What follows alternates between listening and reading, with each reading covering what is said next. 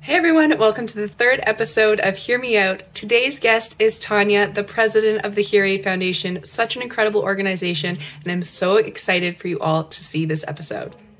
Hi Tanya, thank you so much for joining me. I'm so thrilled to have you on Hear Me Out. Thank you for having me, April. Yeah, absolutely. So let's dive right into it. Can you tell me how the HearAid Foundation started? Yes, absolutely. Thank you for having me on your show, by the way. I appreciate you advocating hearing loss and hearing aids. So, how we started is we started in 2010. Dr. Jack Showhead, who's an otologist, who happens to be my brother, he has a practice where people wanted to give back. His patients really wanted to give back, and he's like, I didn't have anything to use. I didn't have a platform to take that. So he knew that there is a big hole where people who do not make enough money to pay out of pocket expenses for hearing aids, which I'm sure many of you know, or maybe don't know, that insurance does not cover many hearing aids. Okay. This is a big issue. And the average cost is between 1,500 to 3,000 for one. Okay. Yeah. Depending on how high end, right? So I am an audiologist. So I kind of moved out to California, and my brother said, Tanya, let's start something so we can help those people who are falling through the cracks. So in 2010, we fit our first kiddo in 2011, and we gathered this incredible group of people. I want to highlight them because we're small, but we're spunky. And we have audiologists, marketing people, physicians all on our board. And we have one person who has hearing loss, a young woman, young mom. And so she's firsthand experience and great knowledge for us. So that's how we started. We saw that there was like a demographic that was just not being met, and we wanted to fill in there. That's incredible. And honestly, like you said it, there is this huge void and like cost of these life-changing devices that really needs more light shined on them. And so thank you so much for doing this. This is incredible. You're changing lives. Of course. And like there is public funding for some people, of course, but a lot of these people make too much money or to be eligible for that. And even like with CCS with children, sometimes the red tape, it takes so long before a kiddo is actually fit. And that's where we're trying to streamline that process. That's amazing. And so in the last couple years, correct me if I'm wrong, you started a new fundraiser called Heroes for Hearing, the 5K, and that is so fun. So tell me a little bit about that. So our Aicha Miller is the one who really came up with this idea. And we got a lot of athletes on our board. And it's like, let's make it something that's fun and we can raise funds for it as well. So we started this. We're going to have our third one this year. We're moving it from May typically. Now we're going to do it in August. So I hope everybody, keeps an eye out for that. It's going to be August 18th tentatively, but on our website, you'll be able to find out exactly the specifics. So it's a fundraiser, it's a race, it's a 5K. We're considering expanding it to make it a 10K as well, optional. Okay. We have a kids run, and it's all in the name of hearing loss, and it's super fun. We did it downtown Long Beach last year. And it's just such a fun little area to run around, and I don't know, it's been a lot of fun. We'd like to get more people.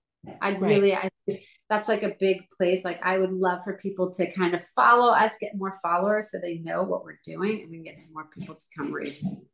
Totally. And correct me if I'm wrong, you do it like people can sign up virtually too and do a 5K wherever they are and participate. Yeah. Course, yes. My daughter, who doesn't live here, she was doing it virtually and sent all these pics that we posted. Yes, you can absolutely do a virtual run, and it's all in support of That's hearing. Fantastic. And I love that you're connecting like the physical health with, hearing health. Like it's just a beautiful like combination. That's fantastic. So tell me a little bit more how people can get involved in the HearAid Foundation. Like let's say they don't need a hearing device themselves, but they really want to get involved in what you do. Right. So I think we all know somebody who has a parent or a friend with hearing loss. So truthfully, it's advocating for those people.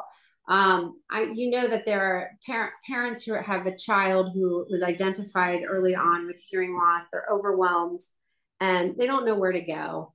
And so we need to highlight the hearing loss as a big issue, right? If you know, communication is core, and having people speak out more about it. We have, of course, our 5K for people to come participate in, people to repost our post. We could use more followers.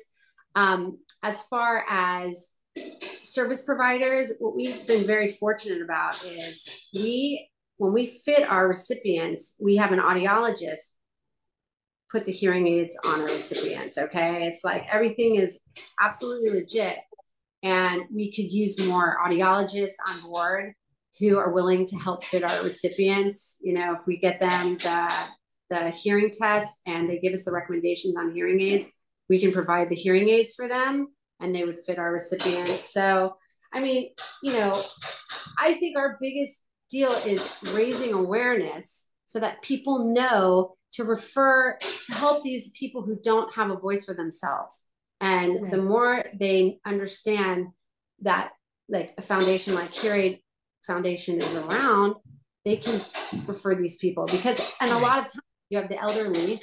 Like I have friends whose parents can't hear and they're like, my parents literally are struggling. And I'm like, do they know that there's a place they can go to? Like right. we need to raise more awareness that there are places like HearAid Foundation that can help people who can't afford it and don't even know where to go. Yeah, absolutely. And so with your foundation specifically, is it just in the United States or can you help people like in North America? Like how does that part work? Okay, so we are community-based priority, meaning we fit a lot of people in California, Southern California. We just recently opened a branch in Seattle. So we now have some audiologists, some wonderful people in Seattle who are helping us fit our recipients there. And we have done some missions where we've had hearing aids and we needed a home for them. And we've had missions go and we provided hearing aids for these international missions. So we've done that. The priority though is to keep it within the community and inside, you know, as much as we can help our community out. But my goal and our goal is to expand so that we don't only just fit in California or Seattle. I would like to be able to, we fit in other states in the United States. It depends on if we can get a service provider / audiologist who's willing to work with us because, you know, they are kindly fitting the recipient with a device that we provide. So there's they don't get the benefit of the sale of a hearing aid, which is tough, you know, and we appreciate it's not easy for all audiologists to be able to step in, but the more service providers we can get, the more we can reach other people outside California and Seattle. That's amazing. Well, to all the clinics listening to this, you know, check out HearAid Foundation. I will make sure that their website is below in the caption here. So if you're interested, message Tanya. Right. Please do. So now a huge part of foundations is getting donations to help, you know, keep your lights on and help, you know, grow your foundation. So how can people donate to help, you know, keep your foundation going? Yeah, well, easily our website, HearAidFoundation.org. You can go there and you just click donate and it'll connect you to what you need to do. And we appreciate any and all funds. I mean, for sure. We've been really lucky. We've had corporate sponsorships that even like companies that you can take a part of your paycheck and give it towards a charity of their desire. And we've been the recipient of a few and very sweet people. Like, you know, it's amazing. So we see that. Fundraisers, coming to our fundraisers and definitely following us, like going on our social media and following us. You're going to learn, there's such interesting information and it just tells you what's happening. It gives you our recipients so you can see what we're doing. So yeah, those are the many ways we are small, but we are efficient, and we are one of the unique nonprofits in this area that can provide hearing aids specifically for the recipient. They're not stock aids. Typically, we are ordering them per prescription for the recipient. So That's amazing. You know, that's so important, the fitting part, because most people do the over the counter, which I know, that's a great option, but it's not always perfect for the type of hearing loss and whatnot. So it's amazing that you actually fit the recipient. That's yeah, incredible. and I'm glad you mentioned that, because there are hearing aids out there that are more affordable for people who are struggling with that out of pocket expense. And I won't lie, sometimes that could be appropriate if it's a very, very mild loss. Yeah. Look, that could be appropriate, but most of the time people are coming when they have significant hearing loss, and those over the counters are not as effective for that type of loss. And Right. we have professionals, we have audiologists who are fitting our recipients, and I mean, we're very lucky about that we pride ourselves on that process, is that we use our fit the hearing aid to the recipient specifically, and then we have audiologists that fit it, and then it's a pretty streamlined process. We can do it fast if I can coordinate with the service provider and get it done quickly. I think that's an important piece too about like hearing aids in general that most people don't realize is it's prescribed to you. Yeah. It's not just a one size fits all type thing. So it's very similar to glasses where you need a specific prescription. You can't just go buy a pair of glasses. You have to have it fitted to your needs. So I feel like that's also a missing piece in the educational aspect of hearing loss. Is it's not just, oh, you get a hearing aid, you must be able to hear. Well, no, there's a lot of pieces to it. Absolutely. And people expect it to just be a perfect fit like glasses. And as they learn, and the more we can advocate and for this, then know that it takes time. Sometimes it's going to take a little while for your brain to adjust. But in the end, it's going to be so helpful. It's going to be so Totally. helpful. Absolutely. We've touched a little bit about this, but the importance of advocacy in the hearing loss space. Let's dive into that a little bit about how your foundation is helping the advocacy movement.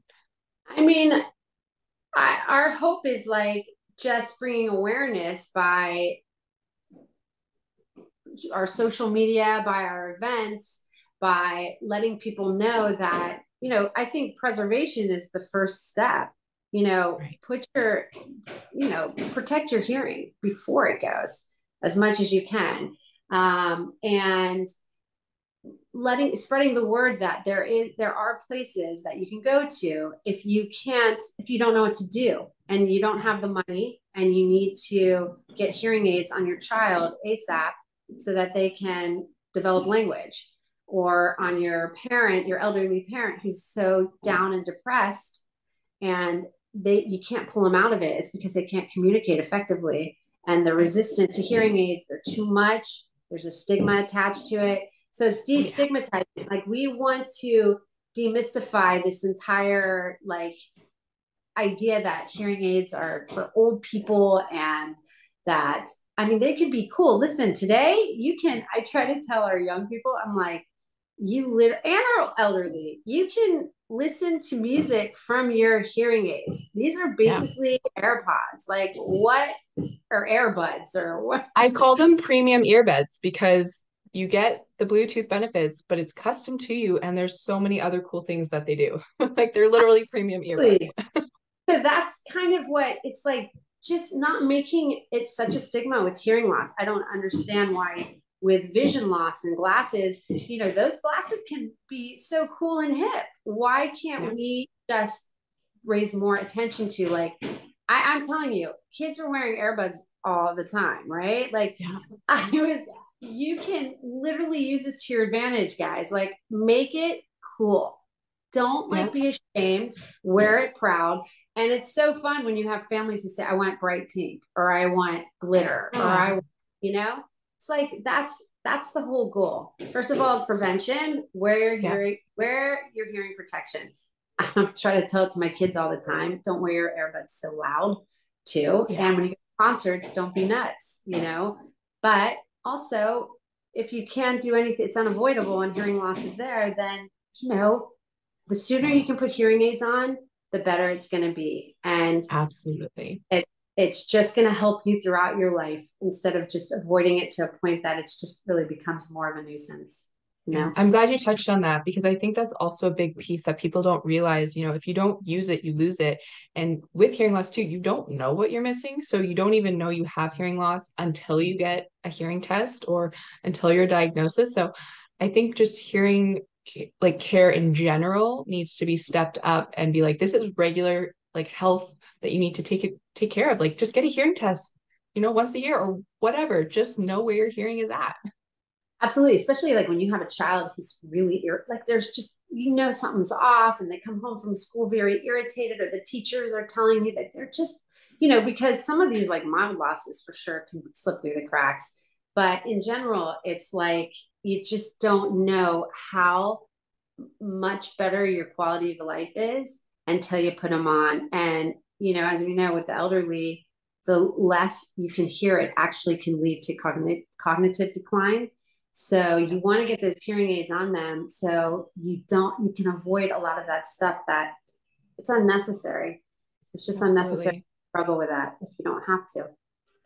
Yeah. Yeah, it's a tricky piece too because like you said there's so much stigma surrounding it still and you know with your foundation and other channels and such like that I think we're on the right you know path to changing the way the world views hearing loss and hearing aids. So it's really incredible what you're doing and I am so grateful to have you on and for you to share your story and hopefully you know more people are directed to your foundation from this and yeah, thank you Absolutely. so much for coming on. Thank you. Thank you for all your raising of awareness and advocacy as well. I mean it. I think the more we can make hearing loss like something to be like excited to address and make it cool and have all these fun events and have all these people who have hearing loss that are actually cool and not just old or older and enjoying life, we're going to get more people to kind of buy into it. So I appreciate Absolutely. it. Yeah, please follow us, HearAid Foundation, and HearAidFoundation.org is our website. And that's it. I'm happy to answer Fantastic. any questions. Yeah, thank you. Yeah, absolutely. Well, if you do have any questions, feel free to comment on this video and I will direct them to Tanya. Thanks a lot. I appreciate it. Awesome.